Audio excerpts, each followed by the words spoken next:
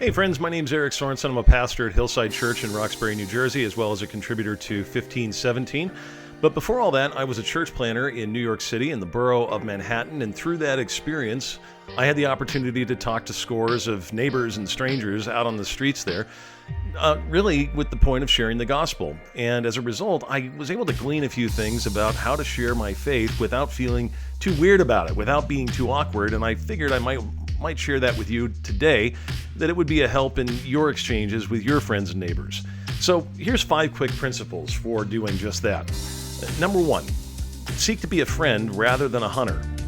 What I mean is we don't want to treat people like targets just so that we can say we've actually evangelized. No, we actually want to befriend people because sharing our faith is about loving our neighbor.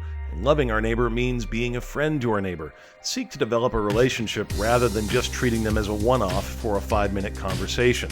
Really try to be there for them and befriend them. Number 2, listen more and talk less.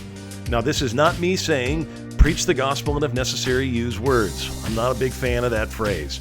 Nevertheless, I do think we too often try to preach first without actually understanding who we're talking to.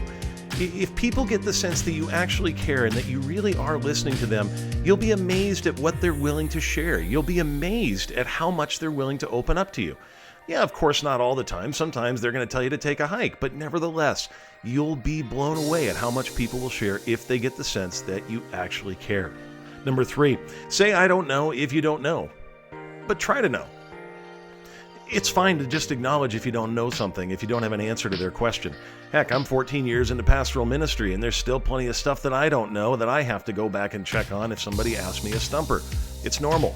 It's far better to just say I don't know than to pontificate or pretend that you do know. They can sniff that out. Try to be authentic and just acknowledge where you don't have an answer. Number 4, be kind over cool.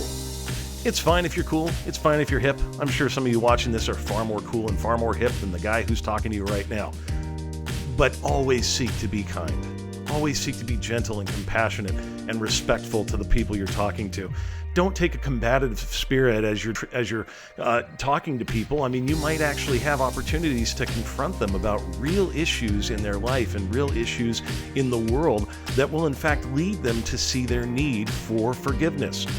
But that doesn't mean that you have to do it in a tone that's combative or condescending. We want to be gentle and caring and compassionate as we engage people.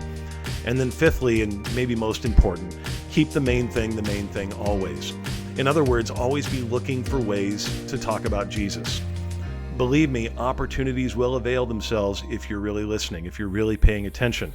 And that is really the point, isn't it, folks? We want people to know that Jesus, the Son of God, was crucified for the forgiveness of their sins. We want them to hear that message because it's that message that brings new life and new birth. So that's 5 principles for sharing your faith without feeling like too much of a weirdo. I hope that helps you in your endeavors to share your faith with your friends and neighbors.